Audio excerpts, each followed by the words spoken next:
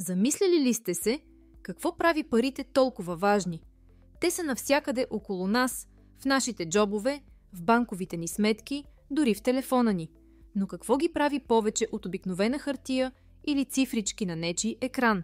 Какво ги отличава от всичко останало и какви свойства и характеристики трябва да притежават, за да изпълняват своята роля? В това видео ще разгледаме тези въпроси и ще се опитаме да дадем ясен отговор. Преди да продължим обаче, ще ви помоля да спрете видеото за момент и да се запитате: какво са парите според вас? Ще се радвам да прочета вашите отговори в коментарите под това видео. Благодаря ви! А сега, след като помислихте върху въпроса, нека да започваме и да разберем заедно какво всъщност са парите. Парите са средство за обмен. Те ни позволяват да купуваме и продаваме стоки и услуги, без да се налага директно да разменяме една стока за друга стока, както е било при бартерната система в миналото. Например, вместо да разменяме хляб за месо, можем да използваме пари, за да си купим и двата продукта. Парите също така са мерна единица за стойност, което ни позволява лесно да сравняваме цените на различни стоки и услуги. Например, ако килограм домати струва 2 лева, а килограм ябълки 3 лева, можем лесно да решим кое ни е по-нужно и как да разпределим средствата си. Това улеснява ежедневните ни избори и планирането на нашите разходи. Парите са средство за съхранение на стойност.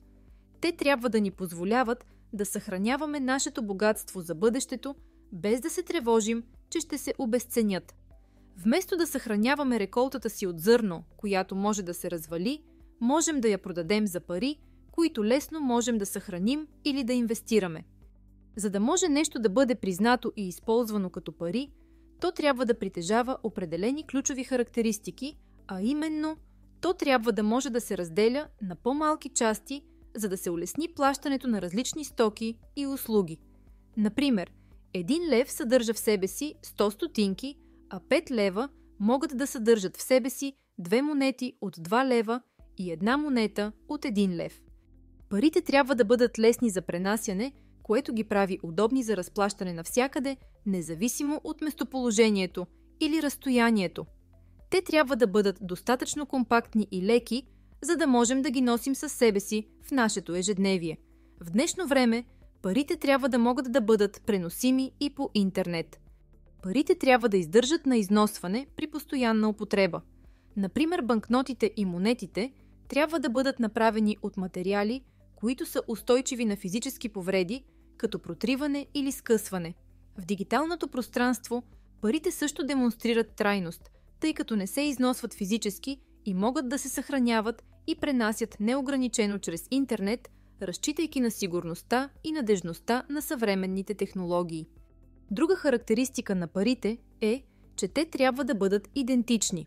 Това означава, че 10 лева, които аз имам в моя джоб, са същите като 10 лева, които вие имате във вашия джоб. Парите също така трябва да са разпознаваеми. Това означава, че лесно могат да бъдат идентифицирани като автентични и истински. Хората трябва бързо и без затруднения да могат да установят, че дадена банкнота, монета или електронна транзакция е легитимна и не е фалшива. Тази характеристика е изключително важна, защото гарантира сигурността на търговията и доверието между хората.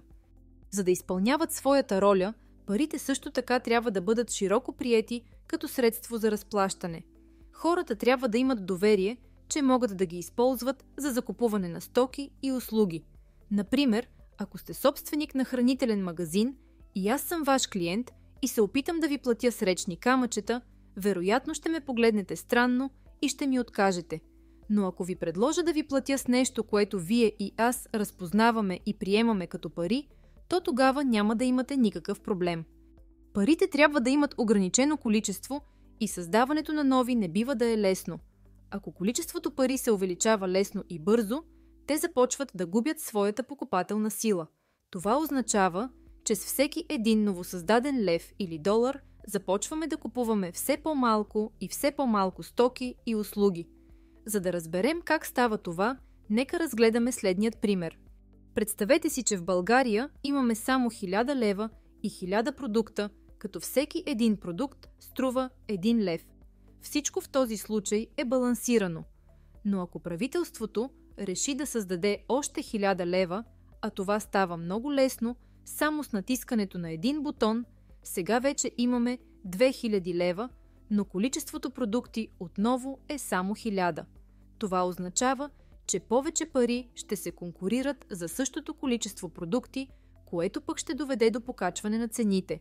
След това, ако правителството продължава да създава нови левове, а броят продукти си остане непроменен, то цените ще нарастват още повече и парите ще губят все повече и повече от своята покупателна сила.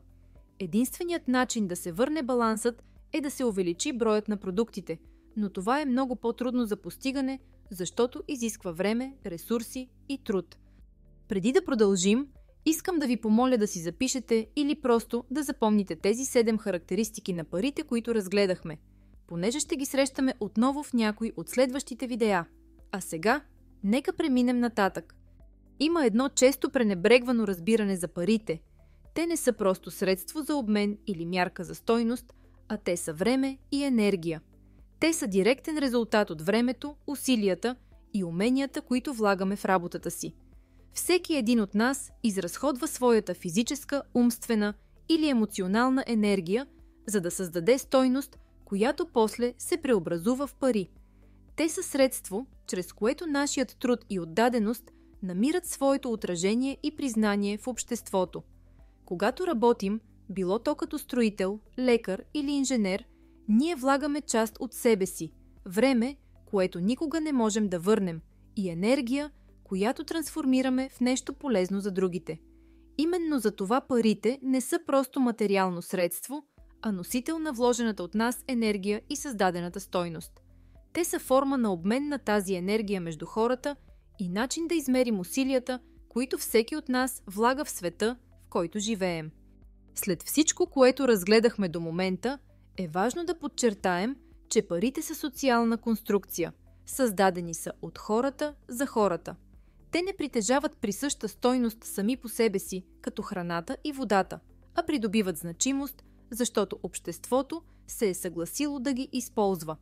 В основата на това съгласие стои доверието, че с тях можем да купуваме стоки и услуги, да спестяваме за бъдещето и така нататък.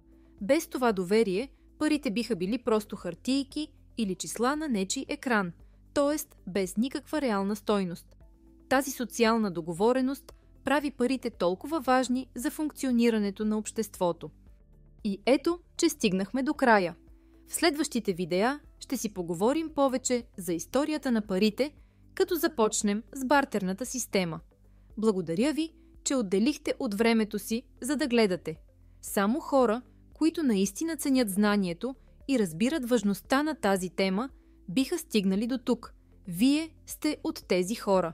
Ако съдържанието е било полезно и интересно за вас, не забравяйте да го харесате, да се абонирате за канала и да го споделите с приятели, защото това са теми, които не се учат в училище, но е добре всеки да знае. До нови срещи!